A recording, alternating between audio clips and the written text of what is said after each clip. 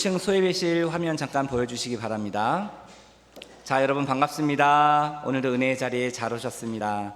거기 소예배실 1층은 시원한가 모르겠습니다. 여기 본당에 올라오셔야 시원할 텐데 거기도 좀 시원했으면 좋겠습니다. 이 뜨거운 여름날 여러분 한 주간도 주님의 은혜 가운데 잘 지내셨는지요? 오늘 이 예배를 통하여 얼음 냉수와 같은 시원한 하나님의 마음을 시원케 해드리는 그 귀한 하나님의 은혜가, 그 기쁨이 오늘 이 시간을 통하여 우리 모두의 심령 가운데 임할 수 있게 되기를 간절히 소망합니다. 우리 옆에 있는 분들에게 이렇게 인사하겠습니다. 은혜의 자리에 잘 오셨습니다. 자, 오늘은 대민행전 시리즈 10번째 시간, 비로소 그리스도인이라 라는 제목으로 말씀 함께 나누도록 하겠습니다. 우리가 오늘 사도행전 11장을 읽었는데요, 그 전에 있는 사도행전 10장, 이 10장은 사도행전 전체를 통틀어서도 아주 중요한 장입니다. 이방인의 오순절이란 제목, 별명이 붙어있는 곳인데요, 제가 예전에 주일 오전 예배 때 이 고넬료에 대해서 설교를 했기 때문에 그 내용은 이제 넘어가고 오늘 이제 11장에 있는 본문을 가지고 여러분들과 함께 말씀을 나누고자 합니다.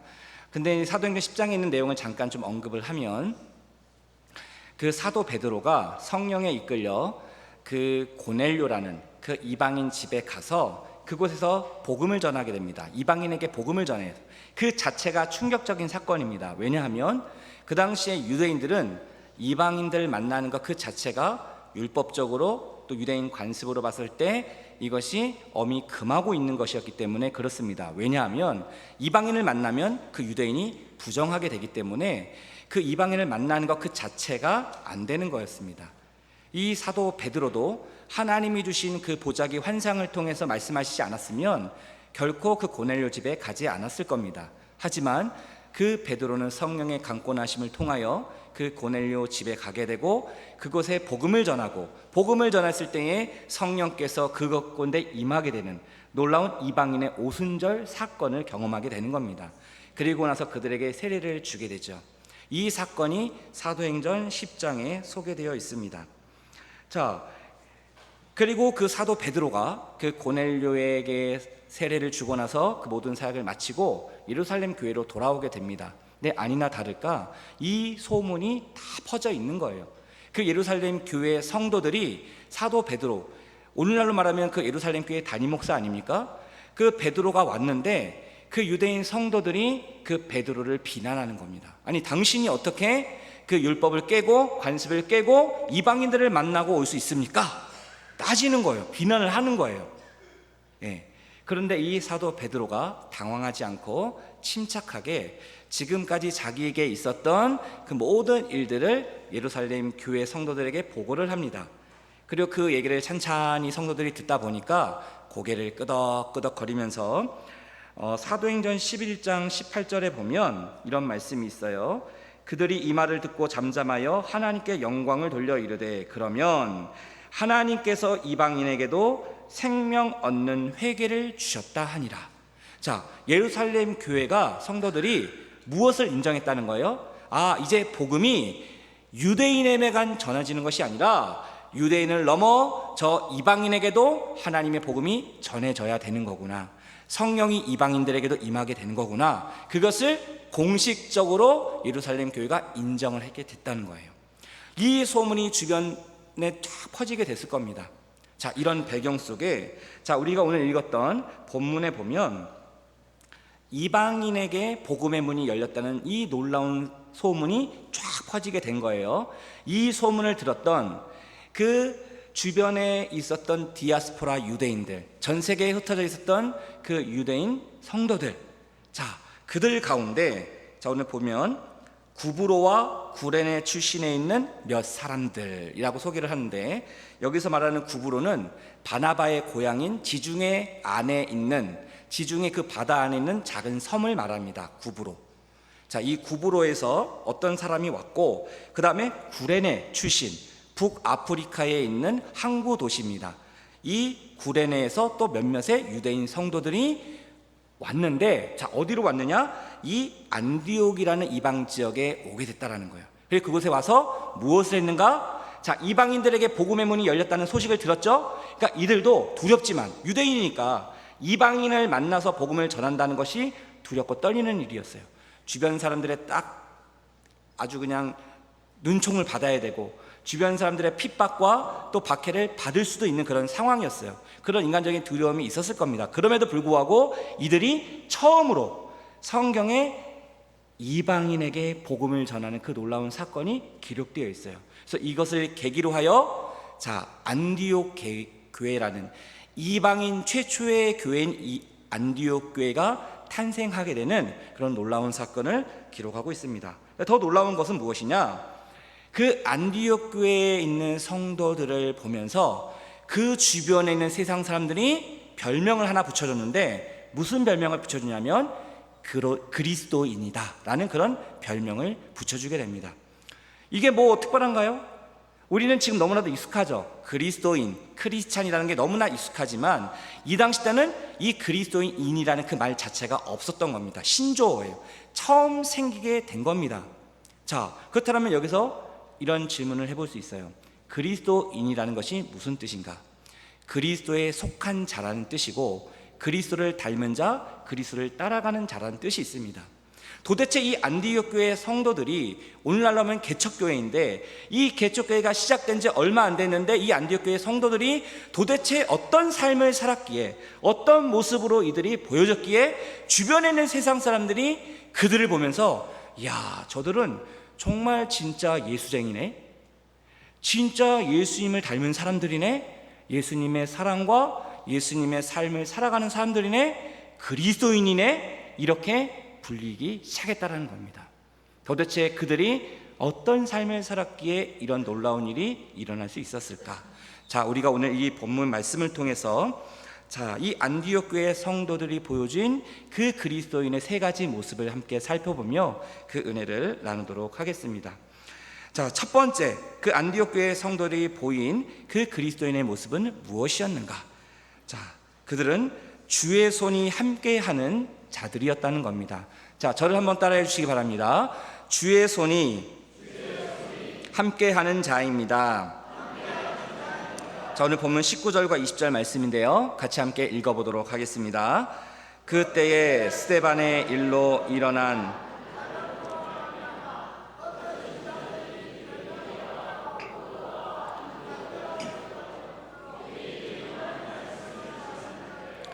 그 중에 구브로와 구레네 몇 사람이 안디옥에 이르러 헬라인에게도 말하여 주 예수 파하니.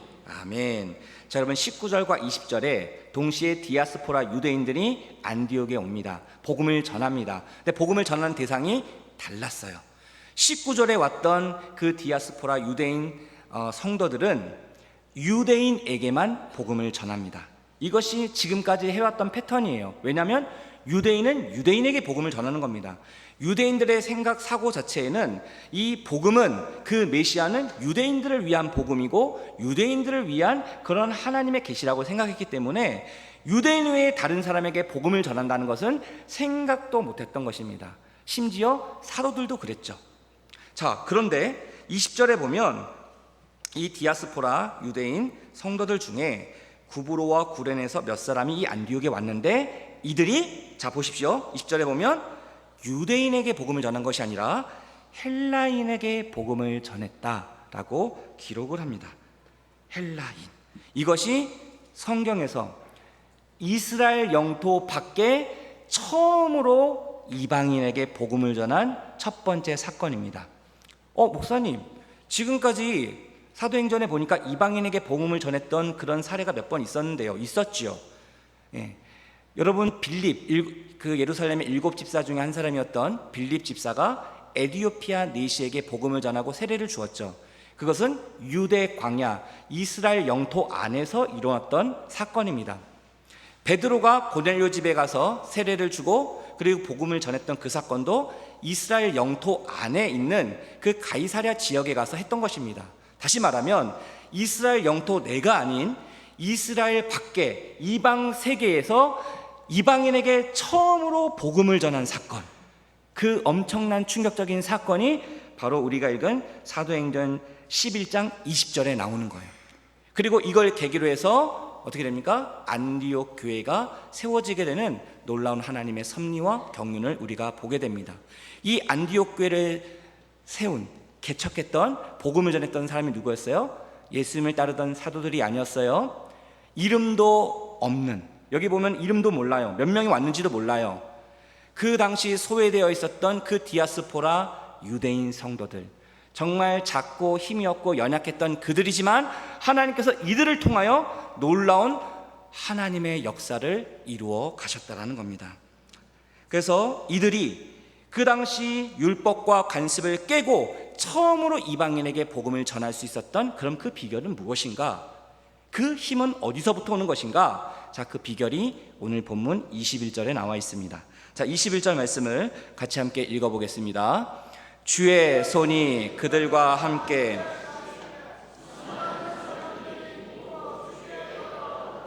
아멘. 누구의 손이 그들과 함께 하심에? 주의 손이.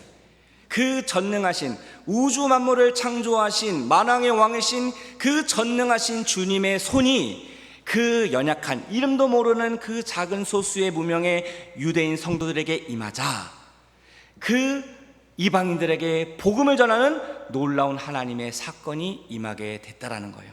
그들에게 복음을 전했을 때 어떤 일이 일어납니까? 수많은 사람들이, 그 안디옥에 있었던 수많은 사람들이 예수를 믿고 죽게 돌아오는 놀라운 영적 부흥의 사건을 경험하게 됩니다. 다시 말하면 주의 손이 그들과 함께 하심에 주님의 손에 붙잡힌 바 된 그 한 사람 한 사람을 통하여 놀라운 하나님의 나라가 확장되고 하나님의 생명과 구원의 역사가 이루어지게 되는 것을 우리는 볼 수 있습니다. 이처럼 이방인 최초의 안디옥 교회의 탄생은 주님의 손에 붙잡힌 바 되었던 그 몇몇 소수의 그 성도들을 통하여 하나님의 놀라운 역사를 이루어 갔다라는 것이죠. 여러분, 성경에 보면요, 수많은 인물들이 나오는데 그 수많은 인물들이 하나같이 보면 작고 연약하고 보잘것없는 그런 사람들을 하나님이 부르십니다. 주님이 부르세요.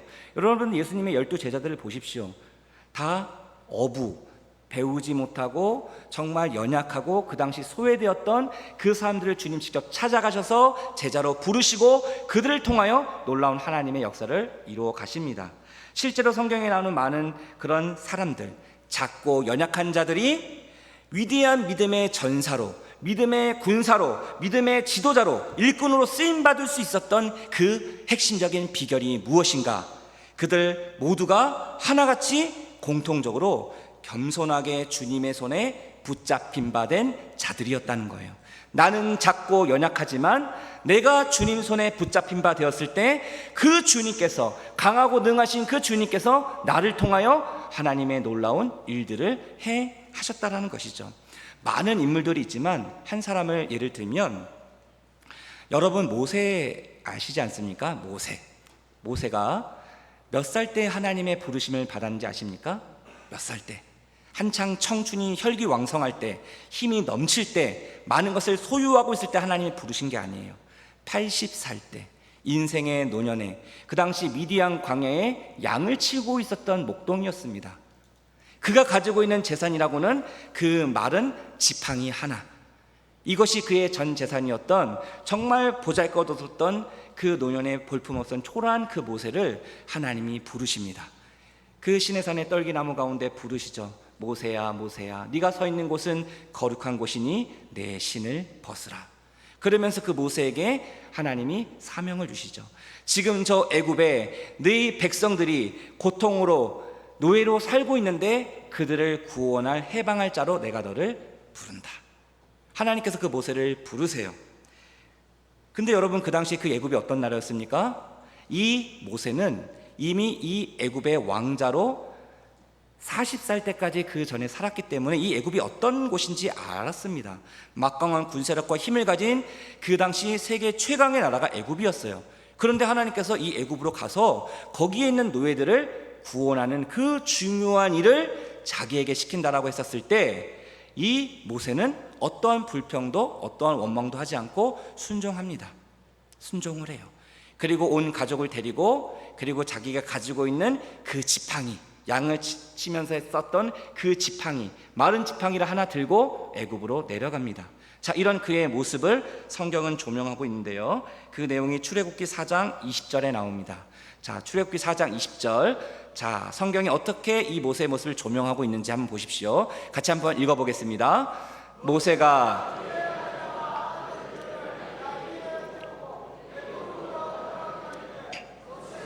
하나님의 지팡이를 손에 잡았더라. 아멘. 애굽으로 돌아가는데 모세가 무엇을 손에 잡았더라? 하나님의 지팡이를 잡았다. 그 전까지는 다 모세의 지팡이였어요. 그렇지 않습니까? 모세가 들고 있는 이 지팡이는 수십 년 동안 자기가 썼던 정말 마르고 볼품없는 작은 지팡이입니다.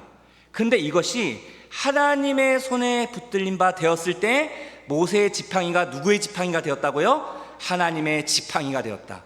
그래서 하나님이 가라시는 그곳에 이 지팡이를 내었을 때 어떤 일이 벌어집니까? 홍해가 갈라지는 기적이 일어나고, 그 광야에 이스라엘 백성들이, 출애굽했던 이스라엘 백성들이 물이 없어 목말라 죽어가는 그 상황 속에서 이 모세가 이 지팡이를 가지고 반석을 쳤을 때 그 반석에서, 그 바위에서 그 물이, 그 생수의 강물이 터져 나오는 놀라운 기적을 보게 됩니다. 이것이 어떻게 가능한 겁니까? 그 하나님의 손에 붙잡힌 바 된 그 사람을 통하여, 그 하나님의 능력이, 그 하나님의 치유가, 그 하나님의 회복이 그를 통하여 이루어지게 된다는 것이죠. 사랑하는 성도 여러분, 지금도 하나님께서는 저와 여러분들을 부르시고 계시는 줄로 믿습니다. 사랑하는 아들아, 사랑하는 딸아, 주님이 우리를 부르세요. 이 자리에 부르세요. 그리고 우리를 향하여 두 손을 내밀어 주십니다. 그럼 우리가 해야 될 건 뭘까요? 손을 내밀어 주시는 그 주님의 손을 우리가 꽉 붙잡는 겁니다. 나는 작고 연약해요. 내가 무엇을 할 수 있습니까? 우리는 금방 넘어지고 실수하고 또 쓰러지고 또 반복된 죄악 속에 우리는 연약하고 부족한 인간일 수밖에 없습니다. 하지만 우리에게 소망이 있는 것은 무엇입니까? 나는 작고 연약하지만 내 안에 내주하시는 예수 그리스도께서 강하고 능하신 분이시기에 그 주님의 손에 붙잡힌 바 된 나를 통하여 주님의 놀라운 생명과 구원과 치유와 놀라운 회복의 역사를 일으키신다는 것이죠. 바라기는 이 귀한 은혜가 저와 여러분 가운데 있게 되기를 간절히 소망합니다. 우리 옆에 있는 분들에게 이렇게 한번 축복하겠습니다. 주님의 손에 붙잡혀 살아갑시다. 여러분, 내가 뭔가를 많이 쥐고 있는 것이 중요하지 않아요. 세상 사람들은 끊임없이 내 손에 뭔가를 쥐려고 합니다. 소유하려고 합니다. 이것이 성공이라고 얘기합니다. 이것이 행복이라고 얘기합니다. 하지만 내가 움켜쥐고 있는 이것을 손을 펴서 내려놓고 나에게 손을 내밀어 주시는 그 주님의 손을 우리가 붙잡을 때, 그 주님의 손에 붙잡힌 바 된 나를 통하여 놀라운 하나님의 역사를 이루어 가실 줄로 믿습니다. 내가 누구의 손에 붙잡힌 바 돼 있는가, 누구의 손에 붙잡혀 있는가, 이것이 중요하다는 거예요. 내가 돈에 붙잡혀 있는가, 명예에 붙잡혀 있는가, 성공에 붙잡혀 있는가, 내가 원하고 꿈꾸는 그것을 내가 붙잡으며 이 인생을 살아가는가.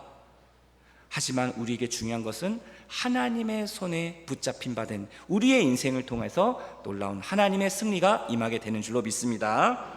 자, 두 번째로 이 안디옥 교회 성도들이 보여줬던 그리스도인의 모습은 무엇인가? 두 번째로 그들은 굳건한 마음으로 주와 함께 머물러 있는 자들이었습니다. 저를 한번 따라해 주시기 바랍니다. 굳건한 마음으로 주와 함께 머물러 있는 자입니다. 자, 오늘 본문 23절 말씀인데요, 23절 말씀을 같이 함께 읽겠습니다. 그가 이르러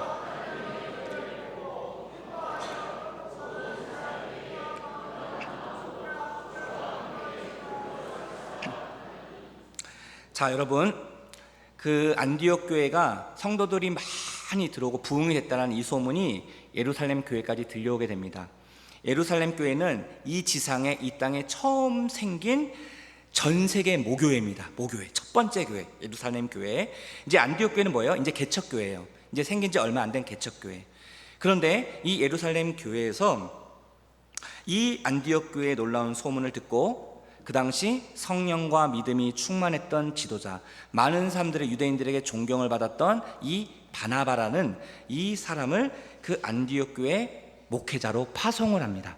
그래서 이 바나바가 이 안디옥 교회에 가보니까 이야, 정말 놀라운 하나님의 은혜라고 밖에 설명할 수 없는 놀라운 하나님의 영적 부흥을 보게 되는 거예요. 그래서 그 내용을 23절에 뭐라고 합니까? 그가 이르러 하나님의 은혜를 보고 기뻐하여, 하나님의 은혜를 보고 너무 기쁜 겁니다. 그래서 그 안디옥 교회 성도들에게 이 바나바가 뭐라고 이야기를 하냐면 굳건한 마음으로 주와 함께 머물러 있으라 라고 권했다고 했어요. 그래서 이 권했다라는 이 동사는 계속 지속적으로 반복해서 권했다라는 겁니다. 왜요? 그만큼 이것이 중요했기 때문에 그렇다라는 것이죠. 여러분, 믿음이 무엇이라고 생각합니까? 믿음이라는 것은 굳건한 마음으로, 흔들리지 않는 마음으로 주님과 함께 머무는 것입니다. 내 시선과 내 마음이 주님께 머물러 있는 겁니다. 그것이 믿음입니다. 바나바가 이것을 알았기 때문에 이것을 안디옥 교회 성도들에게 계속 반복해서 권면을 했다라는 겁니다.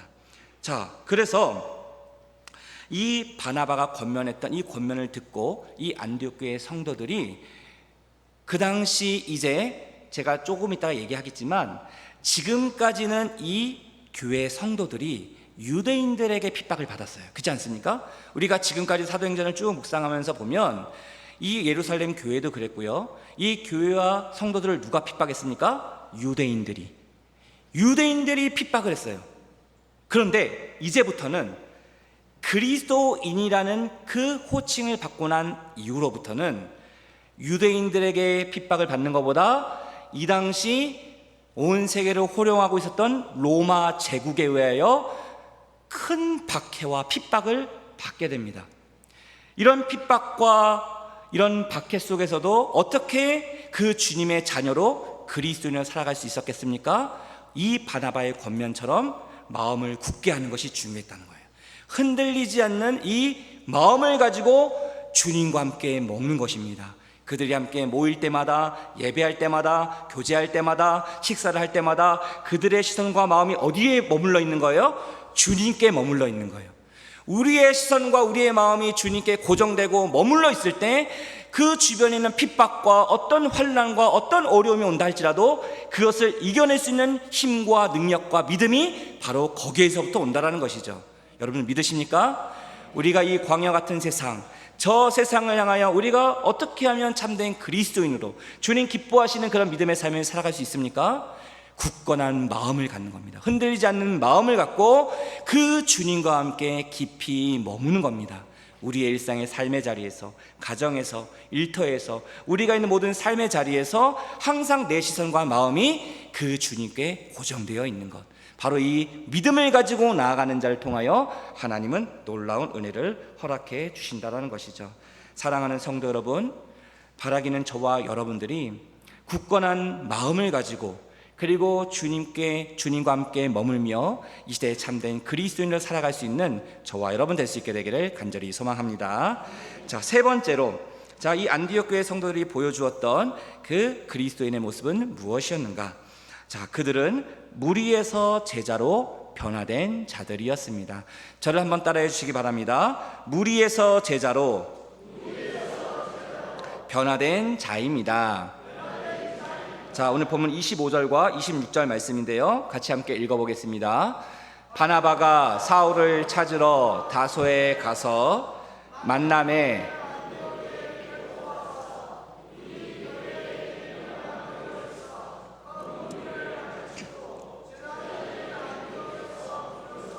그리스도인이라 일컬음을 받게 되었더라. 아멘. 자, 여러분 생각해 보십시오. 바나바가 지금 안디옥 교회에 왔는데 성도들이 물밀듯 막 들어오는 겁니다. 이방인 성도들이 막 예수를 믿고 들어오는 거예요. 그러니 혼자 이 목회를 감당할 수 있었겠습니까? 그래서 이 바나바가 한 사람을 생각했는데 그 사람이 누구냐? 바로 과거 그 사울이라 불렸던 그 청년, 여러분 기억나시죠? 지난주에 스데반의 순교의 현장에 있었던 그 사울이 다메섹에 있는 그 성도들을 잡아오기 위하여 가는 도중에 그 길목에서 누구를 만나게 됩니까? 부활하신 예수님을, 주님을 만나게 되죠. 그리고 그의 인생이 완전히 달라지지 않습니까? 그래서 이 사울이 그 주님을 만나고 그 다메섹에 가서 성도들을 핍박하고 잡아오는 것이 아니라 거기 있는 사람들에게 복음을 전하는 거예요. 그러니까 거기에 있는 사람들이 얼마나 황당했겠습니까? 저 사울이라는 사람이 어떤 사람인지 아는데 갑자기 저 사람이 정신이 횟가닥 됐나? 몽을 잘못 먹었나? 저 사람이 갑자기 왜 저러지? 주변 사람들이 헷갈리는 겁니다. 아무튼 이 사울은 복음을 전했고, 그리고 그 다시 예루살렘 교회에 와서 이 바나바가 이 사울을 소개를 해주는 거예요. 이 사울이 옛날에는 우리를 핍박하는 자였지만 이제는 예수님을, 주님을 만나고 이가 복음을 전하는 주님의 제자가 되었다라고 얘기를 해줍니다. 하지만 예루살렘 교회에 있는 성도들이 그 사울을 받아들이지 않죠. 그러자 이 사울이 자기 고향인 그 다소로 가게 됩니다. 거기에서 지금 약 한 10년에서 13년 동안 그 고향에 머물고 있었어요. 근데 지금 이 안디옥 교회에 왔던 이 바나바가 그 다소에 있는 사울이 생각이 난 겁니다. 그리고 직접 가서 그 사울을 데리고 옵니다. 그리고 오늘 본문에 보니까 이 안디옥 교회 바나바와 사울이 1년 동안 열심히 말씀으로 성도들을 가르쳐서 그들에게 복음을 전하는데, 그 안디옥 교회 성도들을 지칭하는 중요한 두 가지 용어를 오늘 본문 26절에서 이렇게 얘기합니다. 다시 한번 말씀을 보시면, 만남의 안디옥에 데리고 와서 둘이 바나바와 사울을 얘기하는 겁니다. 교회에 1년간 모여 있어. 자, 첫 번째 호칭은 뭐라고 했냐면 큰 무리를 가르쳤다. 큰 무리에게 말씀을 가르쳤더니 그들이 어떻게 변화되었다고 얘기해요? 그 다음 말씀 보니까 제자들이, 이렇게 얘기합니다. 제자들이. 큰 무리였던 그들에게 말씀을 가르쳤더니 그들이 그 예수님을 닮은 그런 주님의 제자들로 변화되었다. 그런데 이렇게 제자로 변화되었던 그들을 주변에 있는 세상 사람들이 보고 또 뭐라고 불렀다? 그리스도인이라 불렀다라는 겁니다. 큰 무리에서, 제자에서 그리스도인으로 이 안디옥 교회 성도들을 호칭하는 이 세 가지 용어들이 변화되어 갔다라는 거예요. 사랑하는 성도 여러분, 하나님이 이 시대에 찾고 계시는 자들이 있습니다. 교회 안에도요, 무리가 있다는 거예요. 무리.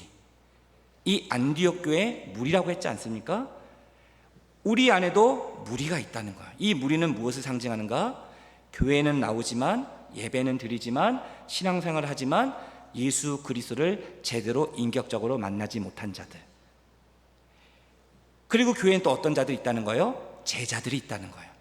그 주님을 닮아가는, 그 주님을 인격적으로 만나고 고백하며 그 삶을 살아가는 제자들이 있다는 거예요. 그런데 세상 사람들은 이 제자를 보고 그리스도인이라 불렀다는 거예요. 무리를 보고 그리스도인이라 부르지 않아요. 제자들을 보고 그들이 하는 말과 행동, 그들의 삶을 보면서 야, 저들은 그리스도인이구나. 정말 예수 그리스도를 닮은 자들이구나. 그 주님의 사랑을, 또 주님의 평화를, 주님의 기쁨을 전하는 자들이구나. 세상 사람들이 그것을 인정했다는 거예요. 사랑하는 성도 여러분, 우리가 이 시대에 어떤 사람이 되어야 될까요? 바라기는 하나님이 원하시고 기뻐하시는 참된 그리스도인이 될 수 있게 되기를 간절히 소망합니다. 어떤 그리스도인이요? 주님의 손에 붙잡힌 바 된 그리스도인들이 될 수 있게 되기를 간절히 소망합니다. 나는 작고 연약하지만 내가 온전히 주님의 손에 붙잡힌 바 되었을 때에 나의 작은 헌신, 나의 작은 고백, 나의 작은 기도를 통하여 하나님은 놀라운 하나님의 역사를 이루어 가실 줄로 믿습니다. 또한 우리가 참된 그리스도인으로서 그 핍박과 환난과 여전히 내 인생의 어떤 어려움 속에서도 굳건한 마음을 가지고 내 시선과 마음이 주님께 머물 수 있는 참된 그리스도인 될 수 있게 되기를 간절히 소망합니다. 그래서 내가 참된 기뻐하시는, 주님 기뻐하시는 그런 거룩한 제자로서 하나님이 나를 통하여 우리의 가정과 우리의 일터와 공동체에 새 일을 행하시고 놀라운 하나님의 나라를 이루어 가시는 그 일에 우리 모두가 귀하게 쓰임받는 우리 모든 대민교회 성도를 될 수 있게 되기를 간절히 소망합니다. 저는 오늘 말씀을 묵상하면서 이런 꿈을 한번 꿔봤습니다. 우리 대민교회 주변에 있는 이 삼정동 이 주변, 활청동 이 주변에 있는 그런 이웃 사람들이 우리 대민교회 성도들을 보며 야, 저들은 진짜 예수쟁이구나. 저들은 진짜 그리스도인이구나. 저들의 말을 보고 행동을 보고 삶을 보니 야, 정말 예수님을 닮은 자들이네. 그런 예수님이 기뻐하시는 자들이네. 이렇게 인정받고 칭찬받고 그런 우리의 모습을 통하여 하나님의 선한 영향력을 흘려보낼 수 있는 우리 모두가 될 수 있게 되기를 주님의 이름으로 축복합니다. 우리 옆에 있는 분들에게 마지막으로 이렇게 한번 축복하겠습니다. 예수님 닮은 참된 그리스도인이 됩시다. 기도하겠습니다. 사랑이 많으신 하나님,